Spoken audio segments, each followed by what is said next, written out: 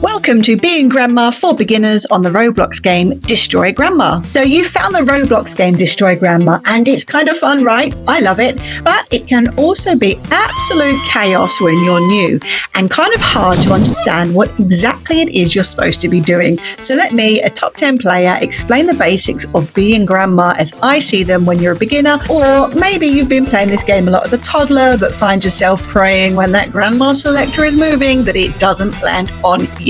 Whatever the reason you found yourself watching this video, welcome to my crash course on nailing the basics of being grandma in Destroy Grandma.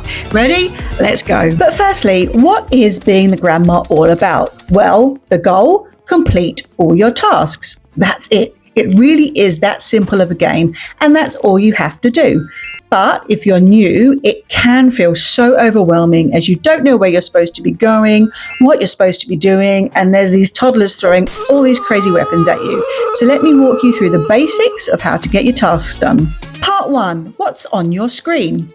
Before we get into tasks and tips, let's break down what you're actually looking at on your screen.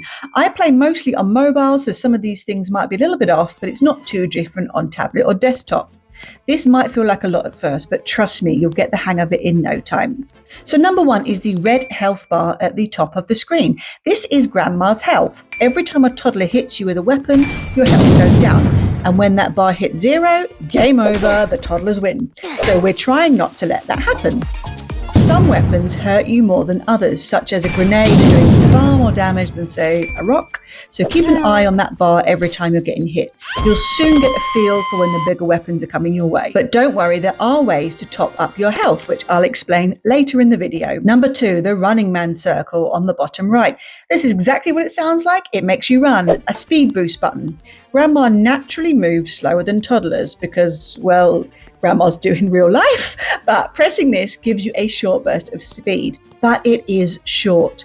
So how do you know how long you can zoom around for? Well, you can measure that by looking at the yellow energy bar on the bottom left. The speed boost is great to reach a task or health pills quicker, escape some toddlers, or I also use it to move about in open play when I need to move between tasks that are far apart. As the longer you are out in the open as grandma, the more likely you are to get hit. So sometimes you need to move quick. Number 3, so let's look at that yellow energy bar I just mentioned. It's found here on the bottom left. This starts at 100 and drains as you use your speed boost. When it hits 0, you have to wait for it to replenish before you can power walk again. It refills on its own after about 10 seconds. You can see it moving up the whole time, but there are ways to top it up faster, which I cover later in the video. Number 4, the bag. This is next to the yellow energy bar. This brown backpack is your bag of goodies. You can access this whether you're a grandma or a toddler. You fill this bag by spending coins you've earned playing previous rounds to purchase items in the lobby before the game starts. You can also earn items as rewards for winning a particularly good round. And I mean, look at my bag. They're all gifts from winning games. I don't buy any sodas, and as you can see, I don't actually use them in the game either, so they're kind of just there. I also get a lot of med kits and traps as rewards, but I actually quite like to use these. But as with being a toddler, you can only use something from your bag a maximum of 3 times per round. So if you use 2 med kits and a trap, for example, in a single round, you'll then notice you are locked out of access to the rest of the items in the bag until the next game. This applies for when you're a toddler or a grandma. My 3 top picks to have in your bag as a grandma, well, I like the medikits, the traps, and the school bus, but more on how to use those later. On to part 2, and it's time to dive into the most important part, getting those tasks done. So step 1 is to check your task list. Your tasks are always on the left-hand side of your screen. This is your order of instructions about what needs to be done, how many actions you need to perform of each task. The maximum your task list will be is 8, and within that 8, it will show you underneath the number of actions you need to perform for each task, such as picking up 7 pieces of laundry or pick 5 flowers. Remember, don't leave a task half done. You need to complete 100% of the actions listed for each task before moving on. Step 2, follow the red question marks. If you don't know where the tasks are, don't worry. The game has your back with huge red question marks that will appear to show you where to go. These marks only show you the general area where your task is located, however, and they don't tell you the fastest or easiest way to get there. You have to figure that part out on your own. Sometimes the tasks might be in trickier spots like upstairs, downstairs, or even a basement, but don't panic. The more you play, the more familiar you'll become with the layout. So if you're lost, stop for a moment, look around and try and see the red question marks. In some situations, you might need to move a little bit to be able to see them, but they are always there. And don't forget, some of the tasks can be split into 2 places. For example, the laundry in Grandma's house is in 2 rooms. You will see 2 question marks. Just keep looking, keep following, and eventually you will learn where all the tasks are. Step 3, look for the glow. Once you're near red question marks, keep an eye out for the glowing objects. Glowing items indicate exactly what you need to interact with to complete your task. Now, this could be plants, food, laundry, other items. And when you approach the glowing object, a hand icon will appear on the right-hand side of your screen with instructions like hold to pick up, hold to remove, hold to water, whatever the task is that you're supposed to be doing. Some tasks have multiple glowing objects, so make sure you check your surroundings carefully. Step 4, hold to complete the action. To interact with the glowing objects, which are the only objects you must pick up to complete your task, hold down the action button and watch a progress bar appear near the item. This bar shows how long you need to hold it to complete the action. Some tasks take longer than others, especially if they only involve one action, like putting food in the oven or turning on a sign. You will be holding that button for a lot longer than, say, picking up the laundry or picking up the dirty food. Make sure you hold your finger down for the whole 100%. It's really easy to think you're right at the end, take your finger off and realize that the item is still glowing. It means you haven't picked it up and you have to do it again, costing you time. Step 5, check for hidden task parts. Sometimes all parts of a task aren't in the same room. For example, in the restaurant, a plant you need to water might be in a side room, whereas the rest in the main room. Or in Grandma's house, some laundry or plants might be upstairs in a different room or on the side.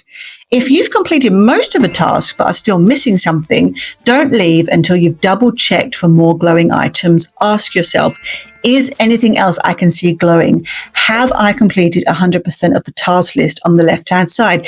If I haven't, where are those red question marks and what can I see glowing? So if not, take a breath, look around and hunt for that last piece of the puzzle. Now, it used to be until very recently that every time you were Grandma, all of your tasks were in the exact same order. This made it quite easy because you could just learn your routine. However, an update on the 10th of January 2025 has changed this, and each time you're Grandma, the tasks are now random.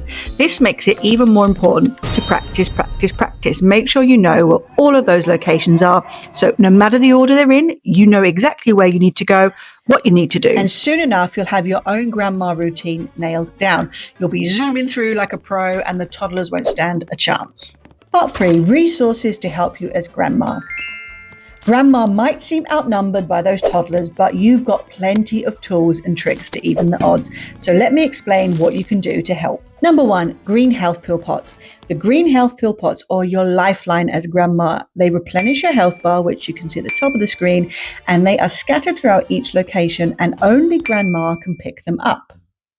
The pill pots are always in the same spots every single time, so even while you're a toddler, take note of their locations to help you strategize when playing as Grandma later. Don't wait until your health is critically low. Keep it topped up regularly. However, remember, you can't exceed your starting health. For example, if you begin the game with 150 health points, you will only ever refill back to 150, no more. So if you're at, say, 140, there's no point refilling because you'll lose out on those extra points. It will only give you 150. Some pill pots are easy to find while others are tucked away in inconvenient spots. Familiarize yourself with their placement so you know where to pause during your game. The more you play the game, the more you'll know where the pill pots are, and you'll realize, once I go and do this task, I'm then going to stop for the pill pots. If you want to know where the pill pots are in all the locations, check out my other videos where I explain their locations. Weapons. Grandma has 2 types of weapons to help fend off the toddlers, a taser gun and the stink spray. These, however, are only available in daycare and Grandma's house, so not in the restaurant. And here's how they work. You can find them in cupboards and other hiding spots. The locations, just like the pill pots, are always the same. but the specific weapon you get is randomized each game, meaning you won't know if it's a taser gun or a stink spray until you get there. As you walk towards a weapon, a hand icon will appear to grab it. A spray icon will then appear above the running man icon on your screen, and you click that spray icon to activate the weapon. The taser is long range, great for zapping toddlers, even from different floors. For example, if you're up in the attic in grandma's house, you can shoot toddlers in the garden. Or the stink spray has a shorter range, but it is as effective if you're in a closed area. They both buy you time to escape or regroup. Every toddler you zap or spray earns you XP points. These tools are lifesavers when you're overwhelmed, and they allow you to kind of regain control of that space or make a quick escape. 3. Grandma's bag. Before the game starts, you can buy items for your bag using coins earned from previous rounds. Some items also get added to your bag as rewards for wins. Here are my most useful items for Grandma, the med kit. An absolute lifesaver, and it's saved me on many a game. It's a portable way to restore small amounts of health when you're far away from the green pills, or if it's a particularly busy game, you've used all the green pills. They replenish your health just a little bit, but sometimes that's all you need to win the game. Traps. I love these as a toddler, but I also can use them as a grandma. It stops a toddler in their tracks for a few seconds, giving you some breathing room. It's also great if you can see someone coming with a Molotov cocktail or a grenade. You can set it down and you'll know they'll run over it and get stopped, and you can escape. The final weapons I like to use a lot are the school bus or the table. You can only get these once you've got a certain amount of XP points, but these are larger scale items that knock out multiple toddlers at once, and they clear the area, giving you a few seconds of a much needed break. And a special shout out here to the stamina shot as a grandma, which will help you replenish your energy bar on the left hand side. It gives you a speed boost. How you use the bag items is you stop moving and open your bag. Select the item you want to use, and then you'll see Grandma holding it.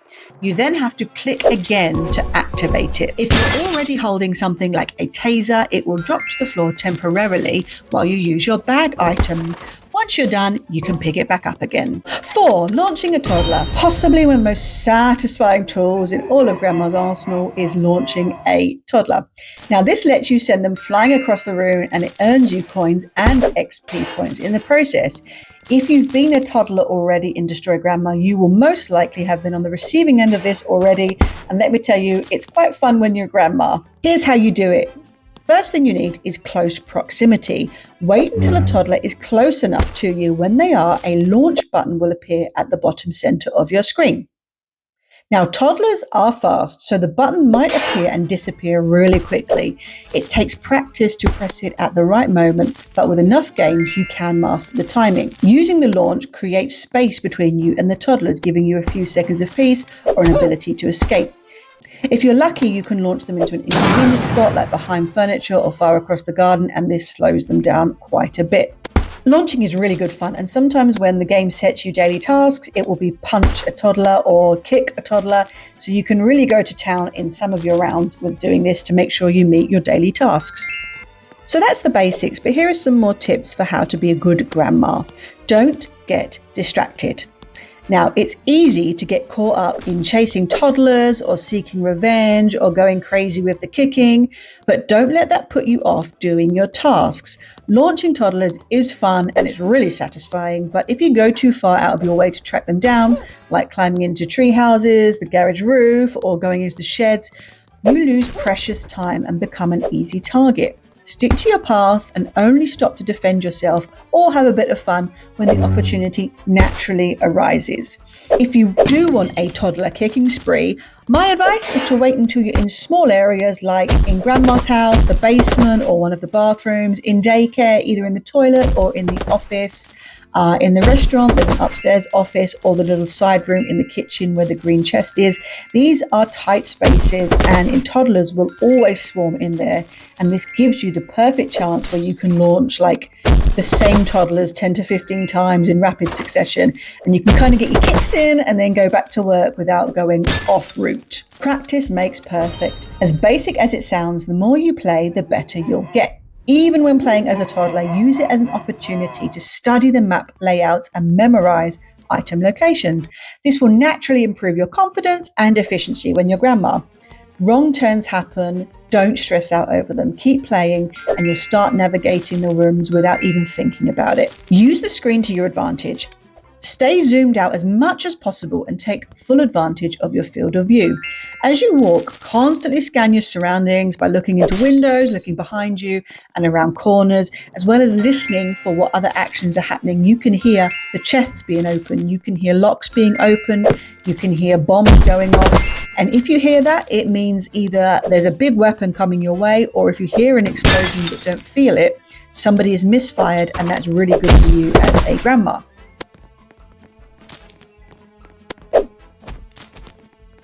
It's also good to keep looking out and seeing what's happening. A great example of this is in the daycare area where there is a shed full of bazookas. Every time you walk by or in another room where you can see through the window, check to see if the shed has been opened. If it has, prepare to dodge those bazookas, or in the restaurant, keep an eye out for the boiling water being carried towards you and make sure you can do a last turn and a quick little move and you might not get hit. With practice, you'll learn to anticipate the attacks by using the screen. Sometimes you can avoid them by speeding up at the last second, running out of the line of fire, doing a quick spin to confuse their aim. It doesn't always work, but it's worth trying out if you've got toddlers hot on your heels. Keep some perspective about who is coming and from where.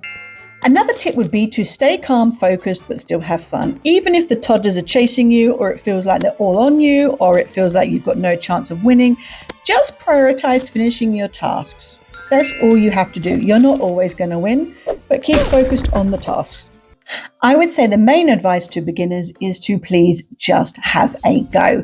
It's supposed to be fun. It's not a serious game. It is supposed to be a good time for everyone, and people have to start somewhere.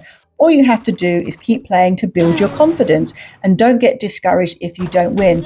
I don't think I won the first maybe 10 or 20 rounds as grandma because I really didn't know what I was doing. So just get out there, complete the task the best you can, and show everyone what a determined grandma you are. And remember, just have fun with it. This game is just as much about the laughs as it is about doing the tasks. Hopefully this has given you some ideas about the basics of being grandma. It really is supposed to be a fun game. It takes a few rounds to understand what you're supposed to be doing in each location, and then a few more rounds on top of that to get okay at it. But with practice, you can soon be an awesome, confident grandma. If you'd like to see more Destroy Grandma content, don't forget to like and subscribe. And if there's anything in particular you'd like to know about, drop me a comment and I'll see what I can do. So see you out there. Let's destroy Grandma.